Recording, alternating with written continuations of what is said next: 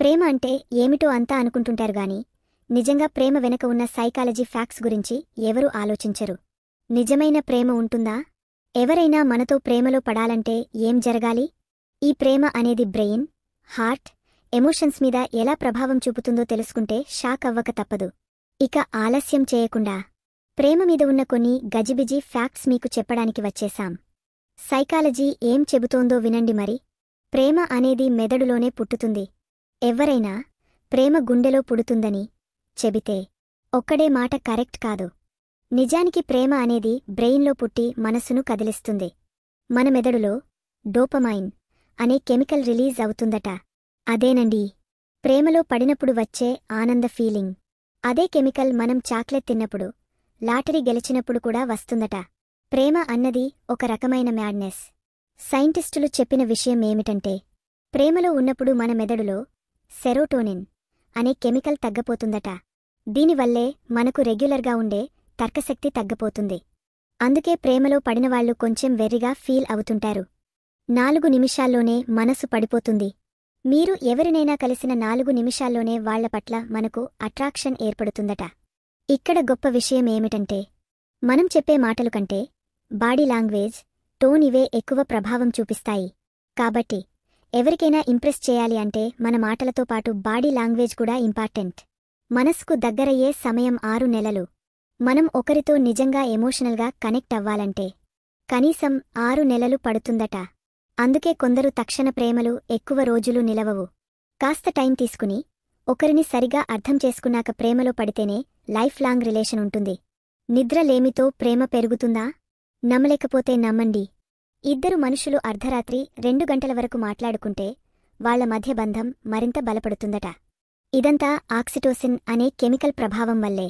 మనిషికి నిద్ర తక్కువగా ఉన్నప్పుడు వాళ్లలో ఎమోషనల్ కనెక్షన్ బలంగా ఏర్పడుతుంది. ప్రేమ మన శరీరాన్ని ఫిట్గా ఉంచుతుంది. ఒకరు ప్రేమలో పడినప్పుడు బ్రెయిన్ నోరెపిన్ఫ్రిన్ అనే కెమికల్ను రిలీజ్ చేస్తుంది. దీనివల్ల మన హార్ట్ బీట్ పెరుగుతుంది, ఎనర్జీ బూస్ట్ అవుతుంది, కడుపులో గిల్లులు పుడతాయనే ఫీలింగ్ వస్తుంది. దీనికే బటర్ఫ్లైస్ ఇన్ ది స్టమక్ అని అంటారు.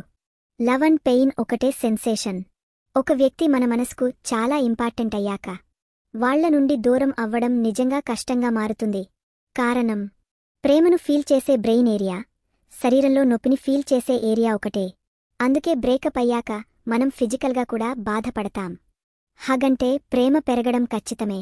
ప్రతి హగంటే 20 సెకన్లకు పైగా ఉంటే మన శరీరంలో ఆక్సిటోసిన్ లెవెల్ పెరుగుతుంది.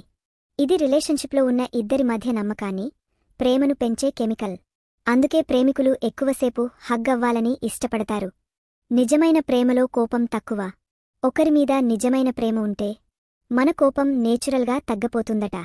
ప్రేమ మన బ్రెయిన్ను సాఫ్ట్గా మార్చేస్తుంది, ఒత్తిడిని తగ్గస్తుంది. అందుకే నిజంగా ప్రేమించేవాళ్లు చిన్న చిన్న కోపాల్ని పట్టించుకోరు. ప్రేమ నిజమైనదా, ఫేక్నా 2 గంటల్లో తెలిసిపోతుంది. మనిషి ప్రేమ నిజమా, కేవలం అట్రాక్షన్ మాత్రమేనా అనేది కనుక్కోవడానికి సింపుల్ టెక్నిక్ ఉంది.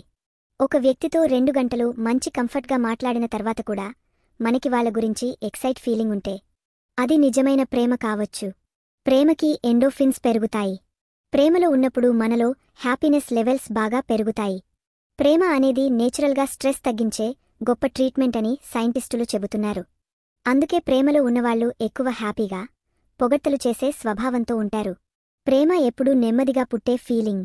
సినిమాల్లో చూపించినట్టు ఒక్కసారిగా ప్రేమలో పడటం చాలా అరుదుగా జరుగుతుంది. సైకాలజీ ప్రకారం ఇద్దరు వ్యక్తుల మధ్య కనెక్షన్ ముందుగా ఫ్రెండ్షిప్తో మొదలవుతుంది. తర్వాత మనసును అర్థం చేసుకుని ప్రేమగా మారుతుంది.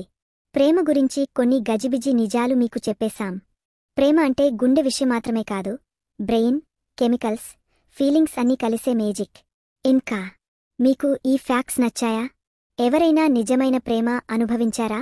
కామెంట్స్లో మీ అనుభవాన్ని షేర్ చేయండి. ఈ వీడియో మీకు ఉపయోగపడితే లైక్ కొట్టండి, షేర్ చేయండి. మా ఛానల్కు సబ్స్క్రైబ్ చేయడం మాత్రం మర్చిపోకండి.